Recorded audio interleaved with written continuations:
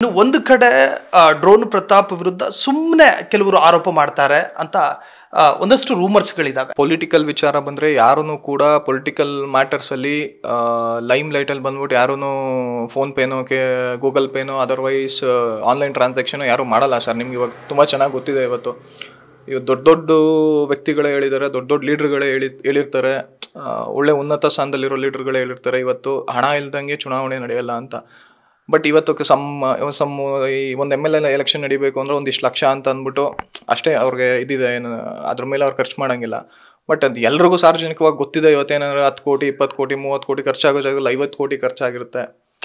ಅದನ್ನೆಲ್ಲ ಅವ್ರು ಯಾರು ಪುರಾವೆ ತೋರಿಸಿ ಕೊಡೋಕ್ಕಾಗಲ್ಲ. ಸೊ ಇದು ಚುನಾವಣೆ ಅನ್ನೋ ವಿಚಾರಕ್ಕೆ, ಅಂದರೆ ಚುನಾವಣೆಗೆ ಲಿಂಕ್ಡ್ ಬೇಸ್ ವಿಚಾರ, ಟಿಕೆಟ್ ವಿಚಾರ ಆಗಿದೆ. ಕೊಟ್ಟಿರೋದು ನಂದು ತಪ್ಪಿದೆ ಫಸ್ಟ್ ಆಫ್ ಆಲ್. ಬಟ್ ನನಗೆ ಇನ್ನೊಂದು ಏನಂದರೆ, ನನಗೆ ಕೊಟ್ಟಿರೋದು ಆಯಿತು, ನೀವು ನನ್ನ ಅದು ಸ್ವಲ್ಪ ನಾನು ನಂಬಿಟ್ಟು ಅದನ್ನು ಆಯಿತು, ನನ್ನ ಅವ್ರಿಗೆ ಅವ್ರು ಪ್ರಾಕ್ ಮಾಡ್ಕೊಂಡಿರೋದಕ್ಕೆ ನಾನು ಒಪ್ಕೊಬಿಟ್ಟಿದ್ದೀನಿ. ಬಟ್ ನಾನು ಏನಂದ್ರೆ ಅದಕ್ಕೂ ನಾನು ಸಾರಿ ಕೇಳ್ತೀನಿ ಫಸ್ಟು.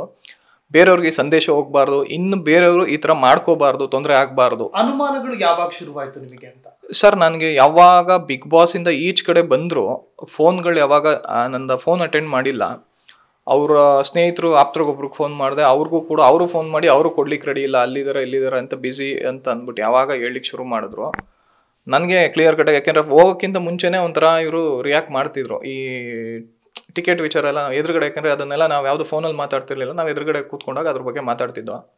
ಸೊ ನನಗೆ ಆವಾಗ ಏನೋ ಒಂಥರ, ನನಗೆ ಅವ್ರು ಈಚೆ ಬಂದ ಮೇಲೆ ಸೊ ಇಷ್ಟು ಚೇಂಜ್. ಆಮೇಲೆ ಪಕ್ಕ ಇವರು ಇದನ್ನು ಈ ಮಾತುಗಳನ್ನ ಯಾವುದನ್ನೂ ಉಳಿಸ್ಕೊಳ್ಳಲ್ಲ ಅನ್ನೋದು ನನಗೆ ಖಂಡಿತ ಗೊತ್ತಾಯಿತು ಸರ್.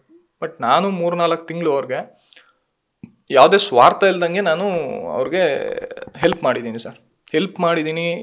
ಏನೂ ಸ್ವಾರ್ಥ ಇಲ್ದಂಗೆ ನನಗೆ ಬರೀ ನನಗೇನಂದರೆ, ನಾವು ಫಸ್ಟ್ ಆಫ್ ಆಲ್ ಹೇಳ್ಬೇಕಂದ್ರೆ ಟಿಕೆಟ್ ವಿಚಾರ ಕ್ಲೋಸ್ ಆದ್ವಿ ಅಷ್ಟೇ. ಬಟ್ ನಮಗೆ ಬರ್ತಾ ನಾವು ಪರ್ಸ್ನಲಿ ತುಂಬ ಬಾಂಡ್ ಆದ್ವಿ ಸರ್. ಪರ್ಸ್ನಲ್ ಆಗು ನಾವು ತುಂಬ ಇವಾಗೂ ಹೇಳ್ತೀನಿ, ಪ್ರತಾಪ್ ನನ್ನ ಫ್ರೆಂಡೇನೆ. ಆ್ಯಂಡ್ ಇವಾಗ್ಲೂ ಪರ್ಸ್ನಲಾಗಿ ಪ್ರತಾಪ್ ನಾನು ಚೆನ್ನಾಗೇ ಇದ್ವಿ, ಅದರಲ್ಲೇನಿಲ್ಲ.